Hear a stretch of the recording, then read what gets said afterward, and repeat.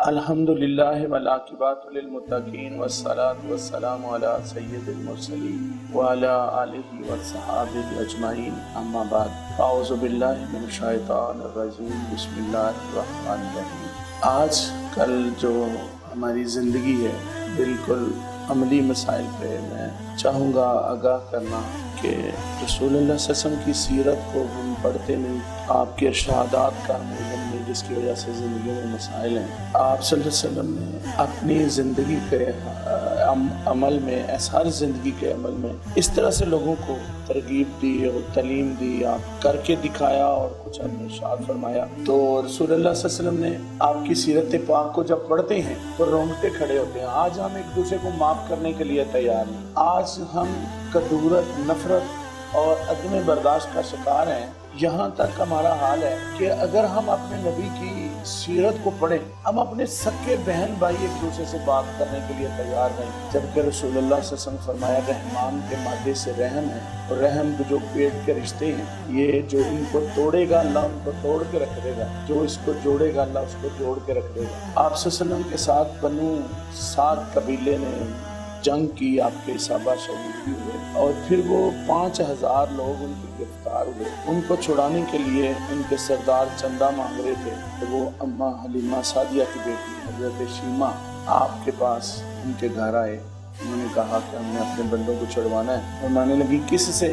کہا کہ محمد صلی اللہ علیہ وسلم سے۔ وہ حضرت شیمہ کہتی ہیں وہ تو میرا ویر ہے محمد صلی اللہ علیہ وسلم۔ تو انہوں نے سوچا کہ یہ رشتہ کون سا رشتہ ہے، چونکہ عرب میں یہ رشتے کوئی معنی نہیں کرتے تھے۔ تو انہوں نے کہا کہ توجہ نہ دی، تو ایک بوڑھا آدمی کہنے لگا بچی جو کہہ رہی ہے اس کی بات سنو تو صحیح، آپ اس کو بھیج کر تو دیکھیں، اگر ہمارا مسئلہ حل ہو جائے تو ہمیں اور کیا چاہیے۔ تو حضرت حلیمہ سعدیہ کی بیٹی حضرت شیمہ وہاں سے نکلتی ہے۔ جب وہ زمانہ ہے نبوی، مدینہ طیبہ میں حضور کی حکومت قائم ہو چکی ہے، پہرے لگے ہوئے ہیں، تو نیزے لے کر صحابہ کھڑے ہیں اس طرح سے۔ تو حلیمہ بیٹی جب آتی ہیں حضرت شیمہ تو وہ روک لیتے ہیں، تو وہ پکڑ کر دونوں کو سائڈ پہ کر کے نیزوں کو کہتی ہے آپ کو پتہ نہیں میں محمد کی باجی لگتی صلی اللہ علیہ وسلم۔ تو بس یہ کہنا تھا کہ ان کی گردنیں جھک گئیں کہ نسبت رسول کی ہر چیز سے صحابہ اکرام محبت کرتے تھے۔ تو سیدہ بارگاہ نبوی میں جب حاضر ہوتی ہیں تو وقت کافی گزر چکا تھا، آپ نے پہچانا نہیں۔ پوچھا بی آپ کون ہیں؟ عرض کرتی ہیں میں آپ کی بہن ہوں شیمہ۔ تو جب آپ نے سنا تو آپ نے اپنی کملی نیچے بچھائی، آدھی سر کے اوپر دی، اور کہا بہن بتاؤ کیسے آئی ہو؟ کہا میں بہن نہیں ہوں، میں تو قیدن ہوں۔ کہا نہیں بہن، کہیں آپ کیا کہنا چاہتی ہیں، کس لیے آئی ہیں؟ عرض کی کہ حضور اگر اچھا آپ کریں تو ہمارے 5000 مرد جو آپ نے پکڑے ہیں وہ چھوڑ دیں۔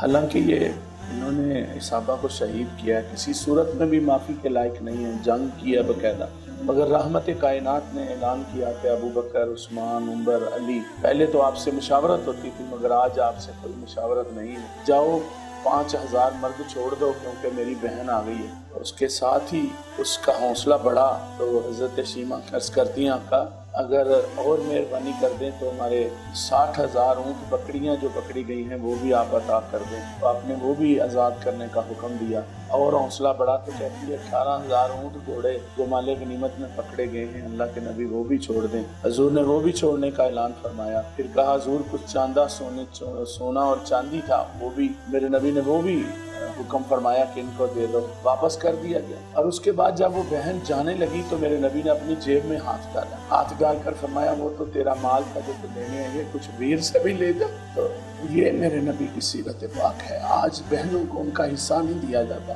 آج بہنوں کو محروم کر دیا جاتا ہے ان کی وراثت سے۔ تو یہ دین سے دوری کی وجہ ہے، یہ جہالت ہے، ہم ایسے اعمال کرتے ہیں جس سے اللہ رسول کو ناراض کرتے ہیں۔ اس لیے میں اب تمام سننے والوں سے گزارش کروں گا کہ آپ آزاد اپنی بہنوں کو، اپنی بیٹیوں کو حصہ دے کر اپنے نبی کی شفاعت کا حقدار آپ بنیں اور اللہ کے رحم فرمائیں۔ وآخر دعوانا الحمدللہ رب العالمین۔